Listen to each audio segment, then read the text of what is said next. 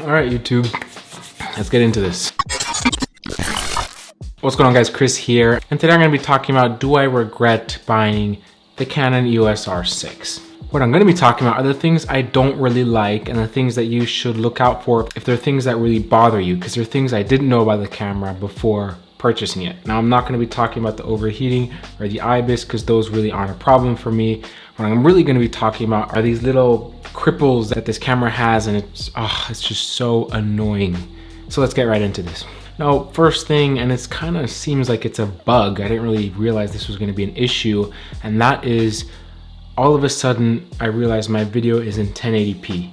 Now, what I mean by this is once I went on this shoot, I was filming my family as we were going around the town of Caen in France.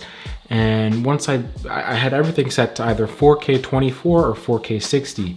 But then once I got into my editing in Final Cut Pro, some of the videos said it was shot in 1080p 60. One thing that I did realize is that if you shoot in 4K and then you switch to 1080p at 120 frames per second, and then you just turn off the 120 frames per second, instead of going back to 4K, it goes to 1080p at 60, even though you've never set that setting. So me, not realizing, I would be in 4K and then I'd turn on the high frame rate mode, shoot a bit, turn off the high frame rate mode, keep shooting, and then I realized that this footage was then converted into 1080p at 60 frames per second, and that's really not what I wanted, and I found that so frustrating, and I realized a lot of the clips I had were 1080p 60, and it bothered me so much. So now I know if I'm shooting at 120 frames per second, I can't just turn that mode off. I have to make sure I go back in the settings and turn on 4K. I don't know if Canon's gonna fix this with a firmware update. I really hope they do, because it is really annoying. Next thing I'm gonna talk about, which is something I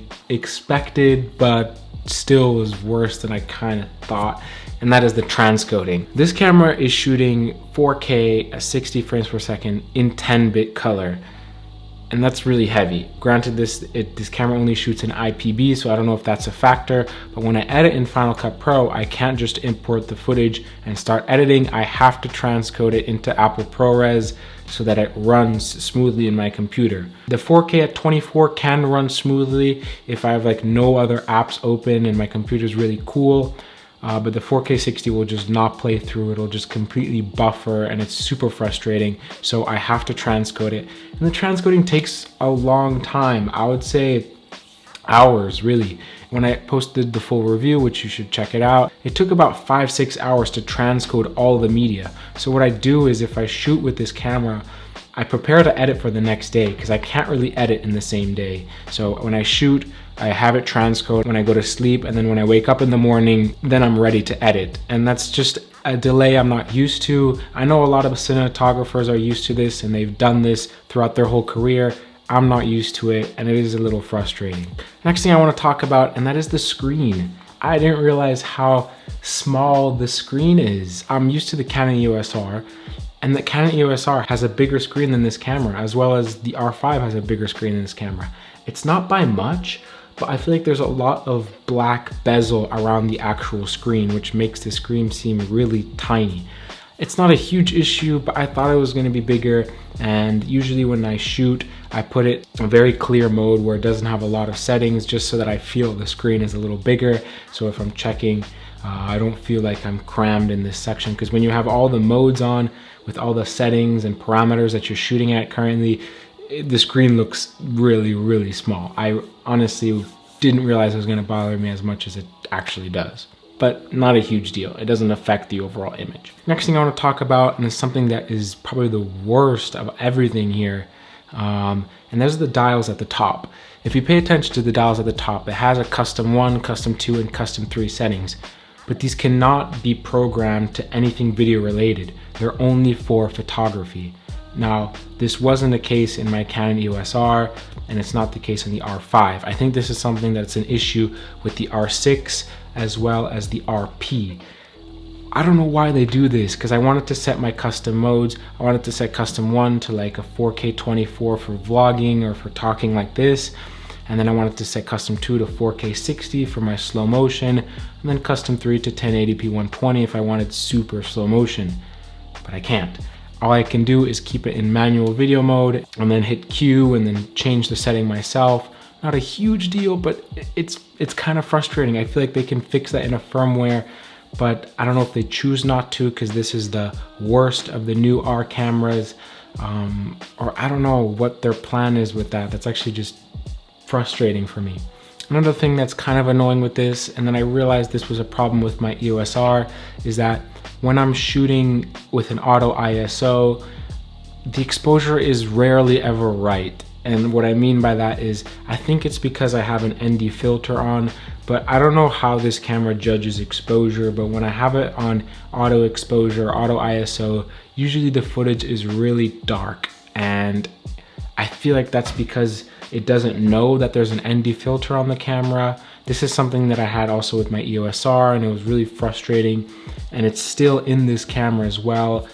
I don't know how Canon messes this up. When I take off the ND filter, it's a bit more accurate, but it's still not great, and it's still a setting I want to use when I'm vlogging because I don't need the most dynamic range, and when I don't always feel like changing my ND or adjusting my ISO manually. So I wish they would just figure out what the problem is with that. Now, I know a lot of these things are real nitpicky, and there really isn't an issue with this camera. It shoots amazing quality 4K. It's super easy to use and super simple, as I mentioned in my review. These things just sticked out to me a lot, and it's kind of bothering me. What do you guys think of the new setup?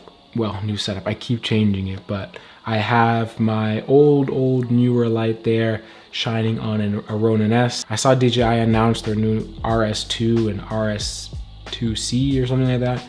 Looks cool, but I don't really see a need to upgrade a gimbal that much. I feel like the upgrades in gimbals don't actually change that much. Obviously, yeah, they have new little features to them, but they're all pretty stable at the end of the day. And in terms of shots, you don't really see that much of a change in quality or anything like that. So yeah, that's pretty much it for this video, guys. Thank you so much for watching. Chris here from Adamantium Productions.